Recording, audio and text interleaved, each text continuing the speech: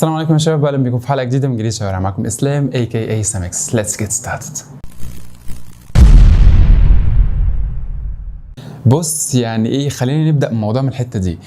احنا كعرب عندنا سياسه القاء اللوم والمشاعر الجافه. معلش خلينا صراحه مع بعض، احنا عندنا سياسه القاء اللوم، بمعنى ان لو واحد صاحبك بيمر بوقت صعب جدا في حياته وجاي بيشتكي لك من اي حاجه، انت بدل ما تشعر له بالاسف هتلقي اللوم عليه. انت الغلطان.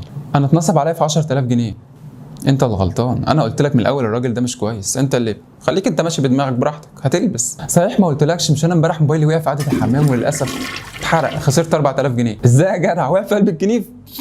انا قلت لك انت عيل فقري، انت ما بتسمعش الكلام. حد قال لك تخش في الحمام؟ البس. وطريقه القاء اللوم دي بدات تتطور معانا في شخصيتنا كعرب بشكل رهيب، لدرجه لو قلت لك الواد زيجي عنده اسهال الفتره الاخيره وعمال يعمل لي حمام في كل حته وتعبني جدا، هتقول لي حد قال لك تربي قطه؟ احنا عارفين نربي نفسنا يا عم لما تروح تربي قطه. ايه المشكله بقى هنا؟ ايه انت لو جيت تتعامل بنفس الطبع اللي احنا بنتعامل بيه كعرب، جيت تتعامل بيه مع اجانب، هيقول عليك بني ادم وقح. نفس اللي حصل معايا.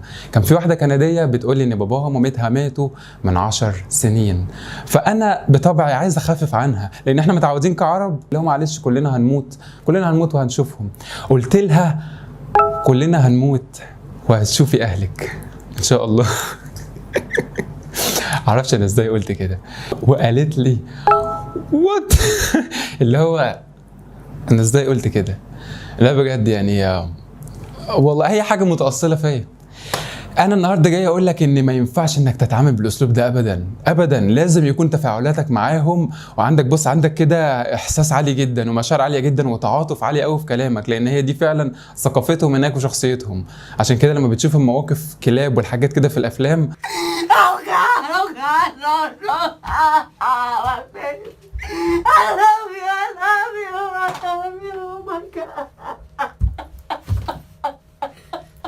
تقول ايه الدلع ده، بتعيط على كلب؟ والله لا، يعني هم كده.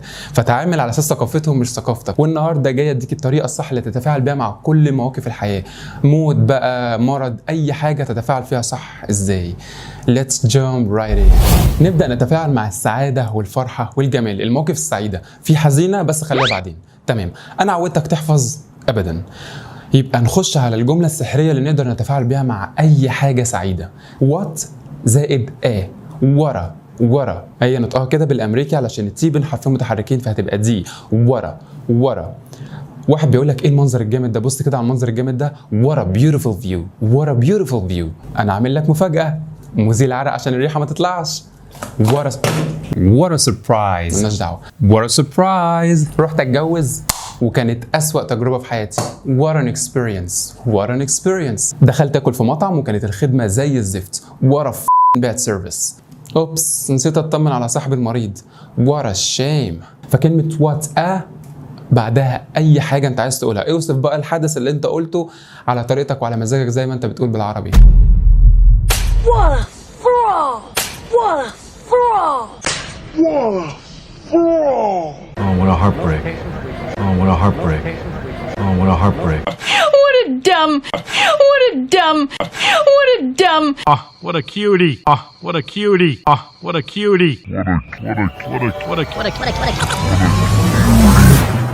انا نجحت، انا جبت عربية، انا حامل، مراتي حامل. كل الحاجات دي عارفين بنقول ايه؟ تهنئة، اللي هي ايوه هي دي. نطقها مش congratulations. هناخد النطق الصح بالامريكي والبريطاني. في كلا الحالتين الكن هتبقى كن. دي البدايه، تمام. بالامريكي التي اللي موجوده بين حرفين متحركين هتبقى دي، تمام. congratulation.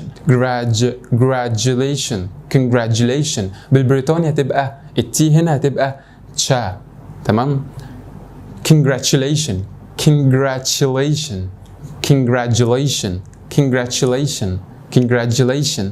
جملة رخمة ومستفزة أصلا. ليها بديل؟ ليها بديل. في حالة إن أنت عايز تحيي حد على مجهود بيبذله، يعني مثلا كنت بشرب سجاير وبطلت بقالي سنة. Kudos to you. يعني لو تحية ليك. الجملة دي غريبة شوية، مش بتسمعوها كتير بس هي بتتكرر كتير. Oh, you're doing great, really. Kudos. Oh, you're doing great, really. Kudos to you. That's wonderful. Kudos. It is lovely. Kudos. It is lovely. Kudos. It is lovely. Well, kudos on the new bodyguard. Well, kudos on the new bodyguard. Well, kudos on the new bodyguard.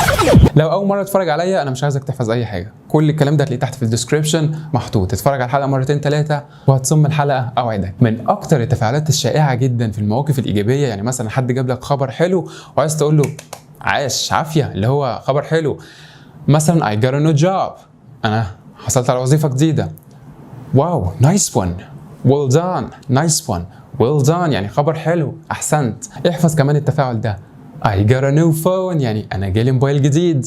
التفاعل oh no way wonderful amazing awesome nuts اللي هو جنون، nuts اللي هي معناها مكسرات، بس قلنا هنا بتيجي معانا جنون اللي هو خبر مدهش، خبر يجنن.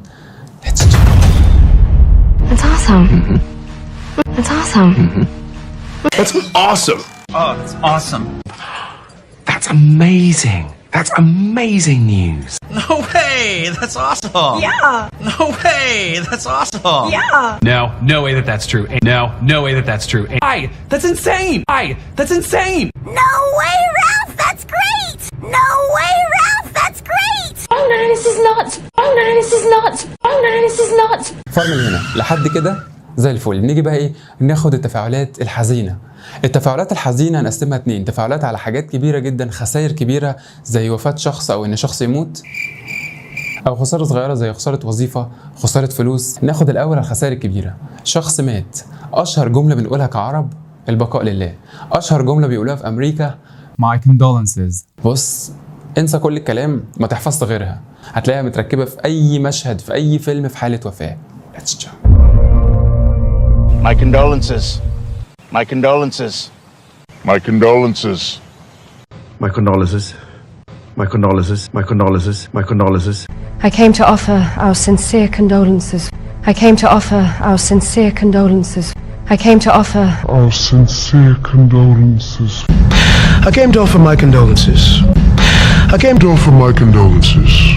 And please accept my deepest condolences. And please accept my deepest condolences. Please accept my sincere condolences for your father. Please accept my sincere condolences for your father. Please accept my sincere condolences. نيجي للخسائر. ما تقلقش هضمها لك في كلمه واحده بس.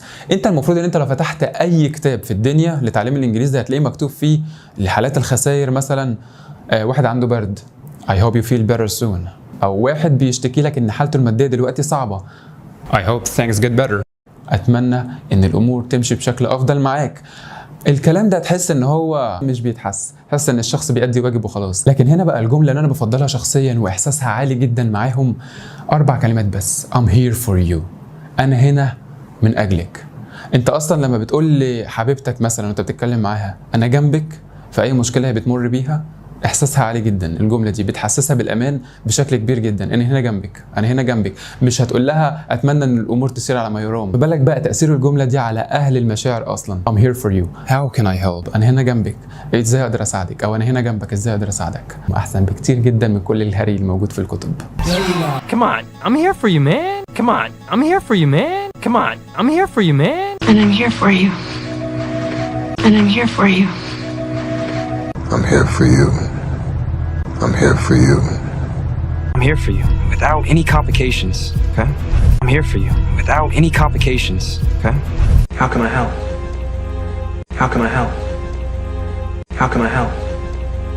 Okay? At least tell me how I can help. Start. Okay? At least tell me how I can help. Start. كان نفسي اكمل معاكم والله يا شباب، بس انا مش عايز ازود عليكم حلقه النهارده. عايز اقول لك كان هدفي كله من حلقه النهارده ان انا اوصل لك حته ان انت لما بتتعامل مع اجانب انت بتتعامل مع ناس ثقافتها، ما ينفعش انك تتعامل معاهم بالاسلوب المصري او الاسلوب العربي بتاعنا اللي هو بيلقوا عليك اللوم في اي حاجه، يلوموك في اي حاجه انت الغلطان. المفروض ان انت وقت وقوع المصيبه اصلا بتخفف عن اخوك المسلم او ايا كان، يعني بتخفف عن الشخص اللي قدامك، مش بتقعد تقول له انت غلطان، انا كنت لو مكانك كنت عملت كذا. اكيد طبعا في ناس بتتفرج عليا فاهمه الكلام ده كويس جدا، بس لما تيجي تتعامل مع اجانب خلي بالك بقى، لان ما ينفعش تتعامل بثقافه العرب خالص، صح ولا لا؟ ما ينفعش تتعامل بثقافه العرب اللي احنا بنتعامل بيها. اشوفكم ان شاء الله في حلقه جديده، وما تنسوش تكتبوا لي في الحلقه الجايه عايزينها عن ايه، اقترحوا عليا. بيس. قولوا لهم باي باي. طيب حللي الجبنه النستو اللي انا بديها لك. باي يا لولا يا بت. السلام عليكم يا شباب.